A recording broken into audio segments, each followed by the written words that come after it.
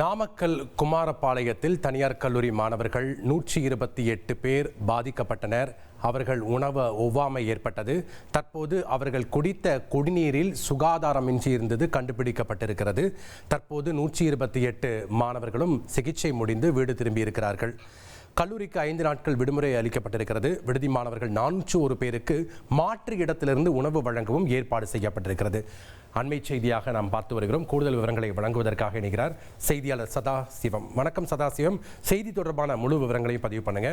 தற்போது இந்த விவகாரத்தில் என்னென்ன விவரங்கள் வெளிவந்திருக்கு, தற்போது இருக்கக்கூடிய அப்டேட் என்ன?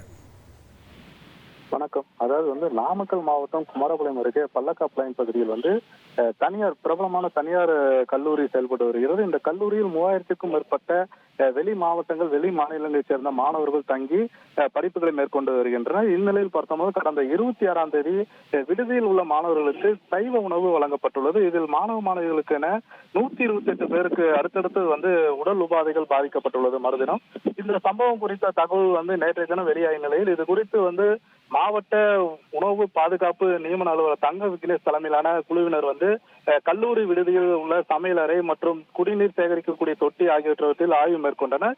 இந்த ஆய்வின் அடிப்படையில் தற்காலிகமாக கல்லூரிக்கு 5 நாட்கள் விடுமுறை விடப்பட்டுள்ளதால் இந்த விடுதியில் சிகிச்சை பெற்று வந்த விடுதி மாணவர்கள் அவர்கள் சொந்த ஊருக்கு அனுப்பி வைக்கப்பட்டுள்ளனர். தற்போது மாவட்ட சுகாதார இணை இயக்குனர் பூங்குடி தந்தி தொலைக்காட்சிக்கு பிரத்யேகமாக சில தகவல்களை தெரிவித்துள்ளார். அது என்னவென்று பார்த்தோம்னா, தமிழ்நாடு பொது சுகாதார சட்டத்தின் கீழ் கல்லூரி நிர்வாகத்திடம் இந்த சம்பவம் தொடர்பாக விளக்கம் கேட்டு நோட்டீஸ் அனுப்பப்பட்டுள்ளது. முக்கியமாக கல்லூரிக்கு வழங்கப்பட்ட சுகாதார சான்றிதழ் உடனடியாக ரத்து செய்யப்படுவதாகவும் தெரிவித்தார். உடல் உபாதைகள் பாதிக்கப்பட்ட மாணவர்கள் குடித்த குடிநீர் மற்றும் அவர்களின் வயிற்றுப்போக்கு காரணமாக சென்ற இயற்கை உபாதையும் ஆய்வுக்கு உட்பட்டது.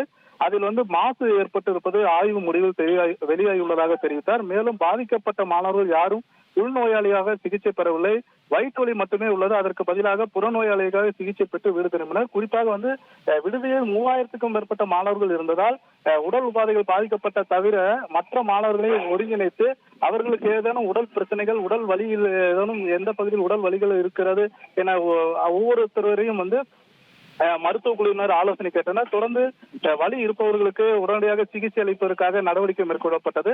மொத்தமாக 128 பேர் இந்த சம்பவத்தில் பாதிக்கப்பட்டுள்ளனர். தற்போது இந்த கல்லூரி வளாகத்திற்குள்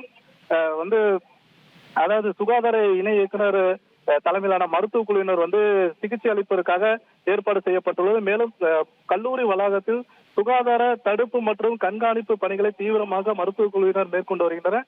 மேலும் வெளி மாநிலத்தைச் சேர்ந்த 401 மாணவர்கள் தற்போது அங்கு இருப்பதால் அவர்களுக்கு மாற்று இடத்தில் உணவுகளையும் தகுந்த சுகாதாரமான குடிநீர்களையும் வழங்க வேண்டும் என சுகாதாரத்துறை அறிவித்துள்ளது. தொடர்ந்து இந்த சம்பவத்தில் வட்டார மருத்துவ அலுவலர் செந்தாமரை தலைமையிலான மருத்துவ குழுவினர் தொடர்ந்து கல்லூரி வளாகத்திற்குள் முகாமிட்டு பாதிக்கப்பட்ட மாணவர்களுக்கு சிகிச்சை பெற்று வருகின்றனர். அடுத்தடுத்து சுகாதார இணை இயக்குனர் மற்றும் மருத்துவ குழுவினர் தரும் அறிக்கையின்படி மாவட்ட ஆட்சியர் தொடர்ந்து அடுத்த கட்ட நடவடிக்கையை கல்லூரி மீது இருப்பதாக தகவல் வெளியாகியுள்ளது.